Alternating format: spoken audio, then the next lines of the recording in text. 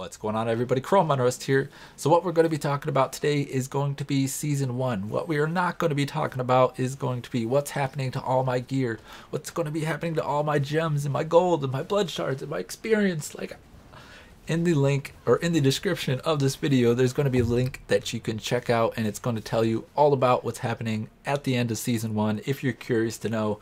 But just pretty much know that everything is going to be transferring over. Anything you have, you're going to be getting in non-seasonal, so don't worry about that. But once again, if you want more details than that, in the description, go ahead and check it out. So what we are going to be talking about today, though, is going to be, I did kind of want to get that out of the way because I know that question gets asked many times. But what we're going to be talking about is going to be Season 1, just some of my experiences, everything and anything that I feel like at the time. So I do want to talk about a few negative things first, which I really don't like to do, and I don't necessarily know why I am, but I kind of got a little bit of a point.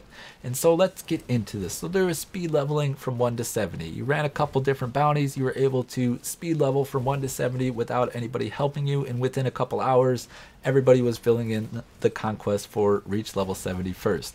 Multiplying your experience from greater rifts. You'd enter a greater rift level 30, 35, something like that. You'd then leave town after you tagged a couple mobs. You would sit in town, your buddies would clear it, and well, you were getting the multiplier from the greater rift, the experience bonus, as well as the multiplier from Torment 6. Sitting in town, gaining experience.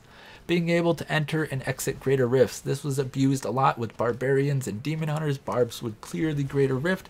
The demon hunters would then end and clear the rift guardian because Barb's single target DPS was completely awful. Gear swapping in greater rifts. You were able to leave the greater rift that you were in as long as there was a party with you. You would then go into a new game, swap your gear, join that game again with your buddy, enter the greater rift, and you were able to gear swap in greater rifts.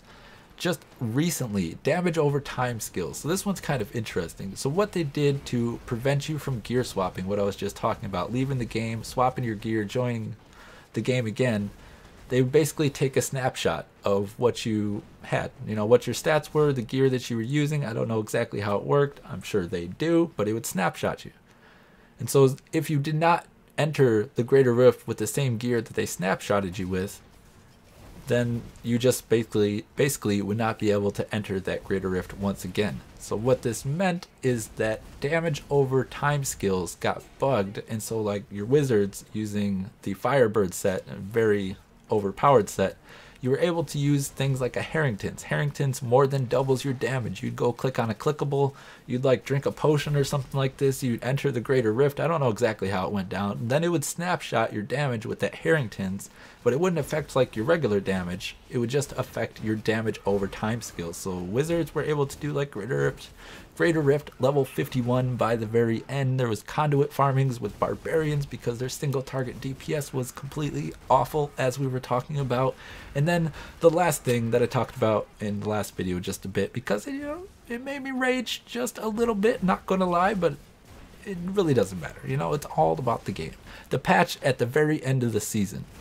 Hardcore players and just softcore players had grinded their gear to the point of perfection, or as close as they were going to be able to get it, and then at the very end, the last 3 weeks, they drop ancient legendaries on you, and you have to refarm your entire gear set if you want to be pushing the higher tiers of greater rifts and find yourself hopefully on the leaderboards.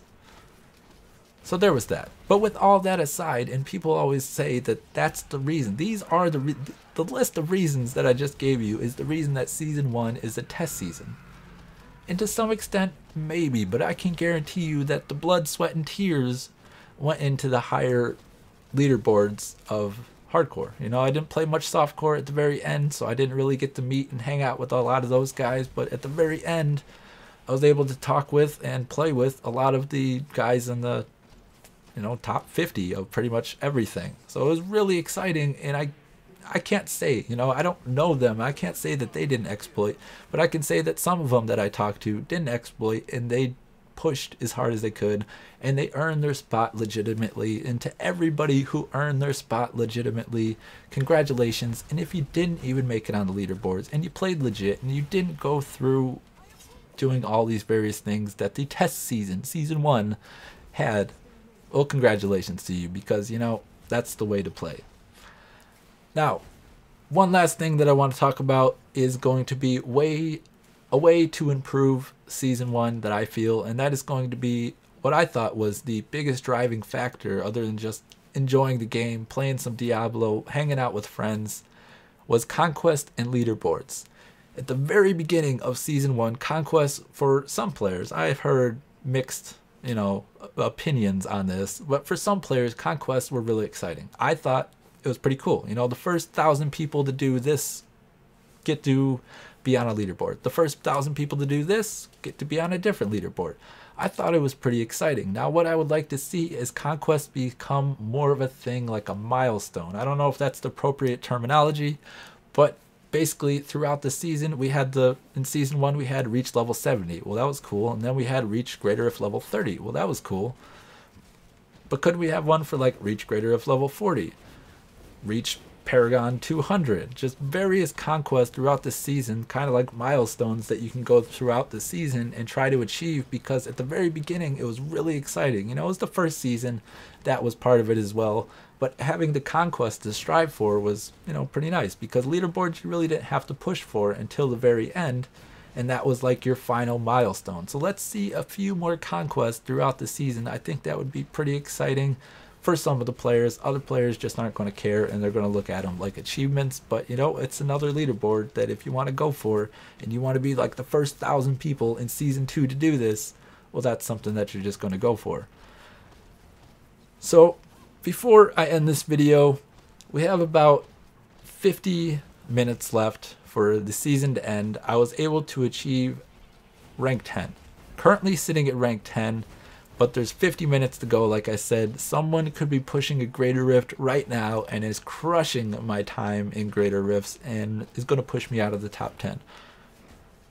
But my goal was not really top 10. And so that I was able to achieve that, I thought was pretty exciting. So for me, leaderboards, conquests, leaderboards, I just said leaderboards again, but like getting on the leaderboards or whatever was just really fun. That's what I enjoyed about Diablo 3, hanging out with friends, having things to strive for, kind of competitive Diablo, slightly, If it's not the game for you, totally understandable. But for me, I was really enjoying it.